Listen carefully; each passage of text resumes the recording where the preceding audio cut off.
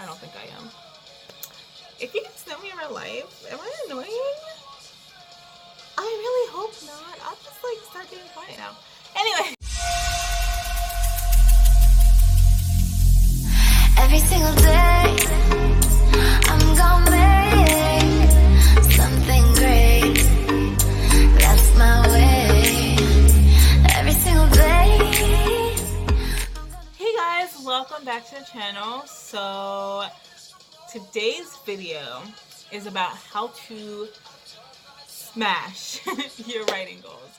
So since the second video, I kind of felt like I've been repeating myself, but sometimes it helps to constantly hear the same thing. Some of us are just hard-headed or whatever. I know I am. I tend to do better when people tell me things as like strangers, as opposed to people that I know, even though like I feel like I'm just like a know-it-all. So smashing your writing goals. The first thing is to be realistic. Don't set goals that you know you're not gonna make. It's never fun to like fail at something, so hearing or setting a goal where you know well enough that you will not meet is gonna do nothing but like make you feel like a failure. And if you have similar issues to me, I'm a perfectionist and I am literally known for setting unrealistic goals. So yeah, and I also, once I don't reach the goal, I feel like a complete another failure, and I don't ever want to like go back and write what I was working on, at least not for a while. Sorry, I was moving around. Anyway though, yeah, I tend to set unrealistic goals, and that's not very helpful. Be realistic.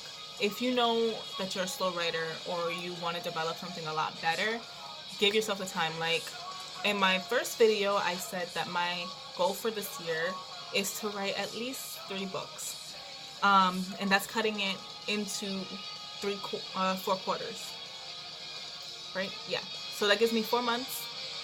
Well, no, so a quarter, yeah, 3 quarters. That gives me 4 months to work on a novel. I know realistically I can do a full novel in a month. However, I want to develop more, and normally when I do the ones for the month, it's literally the bare bones. Like, I throw in some details, but I don't throw in details that I know are gonna be me or are important to the story. So I literally do bare bones, which sucks when you go back to edit. So for me, setting that, and for you, setting that realistic goal is what you need to do, because if you don't want to have to go back to the point where you have to constantly insert, like, editing is huge, but you need to know better, I guess, in a sense. Like, know yourself. Know how long it takes you to work on something and how long it's gonna take if you want to add all that extra to your story. The second is not to let others set your goals or stay quiet about your goals. So I have my buddies and I tell them my goals. However, because we are buddies and they also write, these are tentative goals. We all know what we can do and what we can't do and how busy our lives can get and whatnot. So we'll set these tentative goals, and if we don't meet them, we don't meet them. We try not to. But normally, like the one that I finished, I told no one about it, mainly because I wasn't sure if I was going to finish it. And although I love my friends, I wanted to have something where it wasn't where I felt that I needed to finish it because I told people about it. More so, I wanted to finish it because I wanted to finish it, and I wanted to hit that goal without telling. So definitely don't use others. Like, just because your friend or another writer might have a certain goal to finish their book doesn't mean that you have to have that goal. Or if they tell you, hey, let's do this, we're going to try to finish our books by this time, you don't have to. You work with what's good for you. And not telling people, it definitely helps if you don't reach it. You don't feel any type of way after. Yes, you feel bad for yourself, but it's like, you know, going for an audition or a job interview or whatever and not telling people that you went, or because you don't know if you're gonna get the job. You don't know, so you don't want to tell anyone. So it's easier that way. And so make a plan. Ha ha ha. Plans came back up. So have a writing plan. Not a schedule, because you should already be on that schedule, but for having a plan. So with my book, I had a plan of when I wanted to finish it and how long I wanted to make it.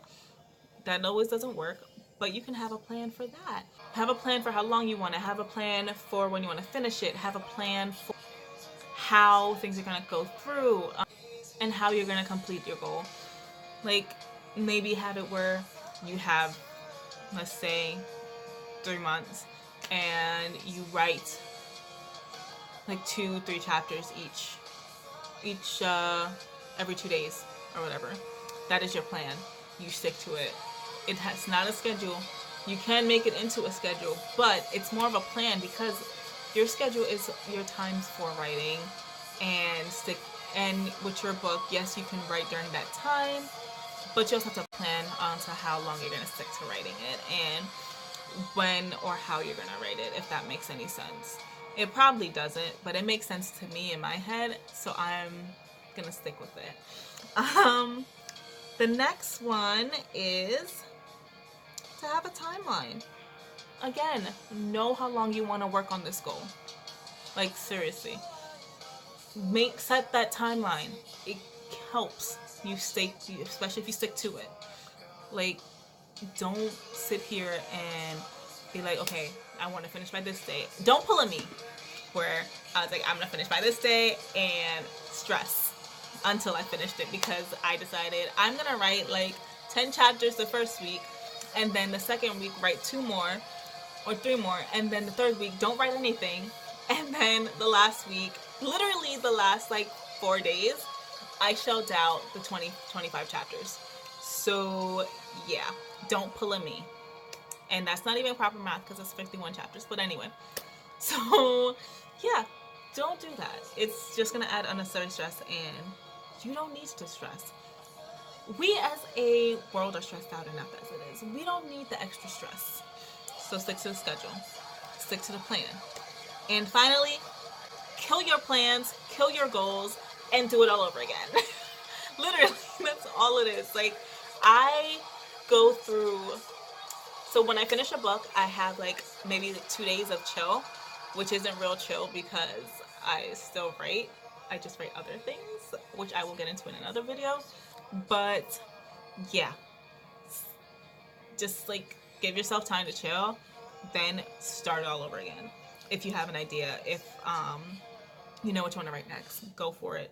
But honestly, the downtime is very helpful because it gets you out of that stressful state if you are stressed, or it gives you just time to breathe and relax and be like, bask in the fact that you killed your goal. Like, that is literally what you're striving for, to finish something and to be like happy and proud that you finished it.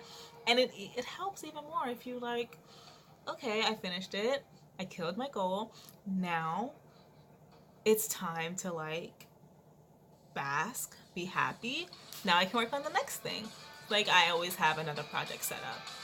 One of the things that I like to do, I'll play video games or read, or, you know, watch Lord of the Rings or a Marvel movie, or 5, or everything. I'm really bad. Anyway, but those are my tips. So, be realistic. Be quiet about your goals, or don't let other people tell you when to finish, unless it's for school. Make a plan. Have a timeline. And rinse and repeat.